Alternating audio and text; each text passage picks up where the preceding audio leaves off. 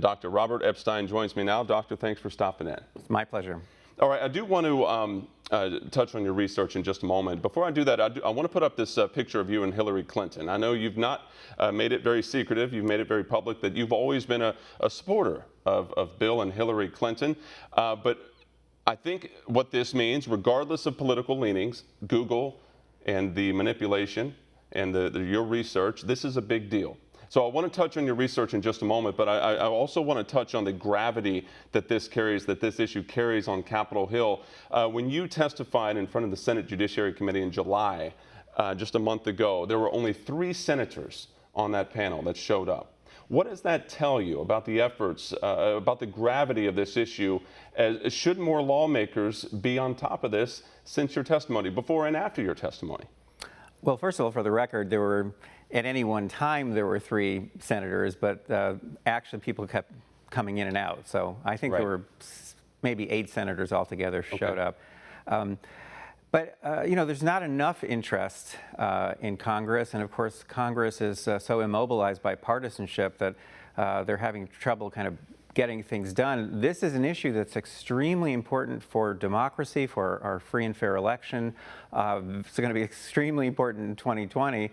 But I don't think Congress is going to get it together. I don't think they're going to act in time to make any difference.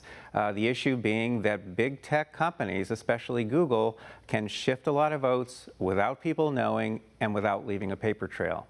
Senator Josh Hawley, the Republicans made a big deal about this social media bias. Has anyone called you to Capitol Hill? Are you planning on working with lawmakers potentially on something? I've been getting calls for sure. By the way, there are a couple of people on the other side of the aisle. Richard Blumenthal was at the hearing and was very, very hard on the representative from Google. So yes, I've been getting calls. There's no question that interest is growing. I'm afraid that Congress is just not going to get it together in time to protect us, the American public, from interference in the 2020 election by big tech companies. All right, well, that's what happens next with Congress, but I want to touch on one particular word. In some recently leaked emails from Google that you tweeted out recently, the word ephemeral is used. Now, is this the crux of this issue, this idea that we're fed information and we're influenced in some way by searching for content online without realizing that we're being influenced in any way? Is this part of the problem? I'm so glad you brought this up because a lot of people don't even know that word ephemeral. But yes, this is a big part of the power that companies like Google have to impact our thinking and behavior without us knowing and without leaving a paper trail, because we look something up, we get some search results, they're generated on the fly, right? They impact us, they disappear, and they're gone forever and they're not stored anywhere. You can't go back in time and figure out what were people shown.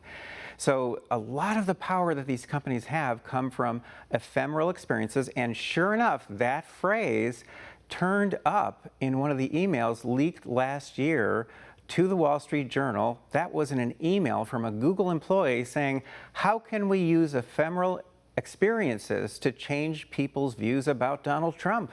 Essentially, it's subliminal. It is essentially subliminal, and I, over the years, have discovered now about a dozen different subliminal techniques, like search results, that are having a tremendous impact on the thinking and behavior of more than 2.5 billion people around the world right now. It's not just the U.S., it's around the world. This is an enormous problem that deserves very close attention. Now, in my opinion, right now. Well, who's to blame here? Could Google just essentially change a particular algorithm and fix this entire problem? If they say it's nothing they're doing on purpose, because they deny your research, by the way, that they have a bias and then they're manipulating voters, could they just change an algorithm? Sort of. In other words, in the experiments that I perform, I have total control over what people see, the search suggestions that are flashed at them, the order of search results, that kind of thing. As one of the recent Google leakers said, Greg Coppola, I'm a programmer. We write programs. We make our programs do whatever we want. So yes, in theory, Google could straighten this out. But let's think about this. If they're just kind of doing things deliberately, that's terrible. But if they're just letting things happen, and just the way they built the algorithms end up favoring one candidate over another, well, guess what? That can shift millions of votes. So even if they're not doing this deliberately, this is extremely dangerous. And again, this issue needs to be examined. Well, let's talk about this notion that news outlets that are critical of President Trump, the New York Times, the Washington Post, CNN, they may show up higher up on the search results as compared to, say, some non-biased news outlets or ones that are pro-Trump. Is this what's happening? Talk about the traffic, how traffic affects the search results. Well, traffic probably affects search results. It's one of many factors that affect search results. But what we're not taking into account here is once something gets pushed higher in search results, let's say because of traffic, and it could be certain news sources, let's say, or certain candidates, once that happens, then those high-ranking search results end up shifting opinions and voting preferences and behavior, and that in turn pushes those items up even higher in search results and so on. And we have this effect, which I call a digital bandwagon effect, which is extremely, extremely powerful and very dangerous. And the folks at Google, they know they have this power. We know that from recent leaks. The Zach Voorhees leak recently of 950 documents shows without doubt they know they have this power. If they're using it deliberately, they should be taken to task. If they're just allowing it to occur, in my opinion, that's even worse. That means the outcomes of our elections are being controlled by computer programs. And I want to drill in a little more before we go. I know we don't have much time, but in late October 2016, I'm an undecided voter. I searched for health care. What do my search results look like? Late October 2016. Well, if you were looking up healthcare, you'd probably get some positive things about, Hillary Clinton's plans for improving healthcare, things like that. Okay. Even in the massive amount of data I collected in 2018, I showed that in fact, on any topic at all, that basically center or center-left news sources were showing up higher in search results. So that's what people end up clicking on, and they end up seeing those stories.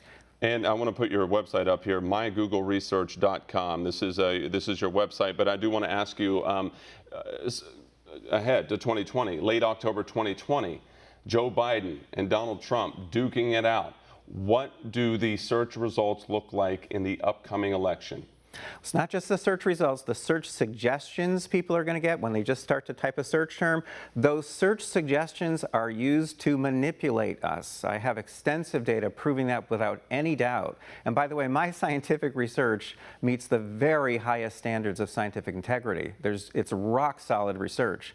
And then you click and you get search results, and those search results in 2020, not just in October, but during most of that year leading up to the election, those search results are going to take people, for the most part, to websites that make Donald Trump's opponent look a lot better than Donald Trump. That shifts votes and opinions. We're talking about 15 million votes that big tech companies can shift in 2020 with no one knowing. And 30 seconds, how do you fix this monopoly that Google has? My approach is to set up monitoring systems. So far, I'm the only one in the world who's set these things up. I set up one in 2016 that was kind of modest, a much bigger system in 2018. 2020, I'm hoping that with the public support and the support of generous donors, I can set up a monstrously large monitoring system, and we'll see what these companies are showing people, and we will catch them in the act if they're showing biased material or if they are manipulating us. All right, you've been doing this research for some time now. It shows up during the election cycles, of course. You're working at it all the time. MyGoogleResearch.com is the website. Dr. Robert Epstein, we appreciate you stopping by. Thank you, sir. Want to see more videos like this? Click on the link below and subscribe to One America News on YouTube. And call your cable provider and kindly demand that One America News is added to your lineup. Call and subscribe today.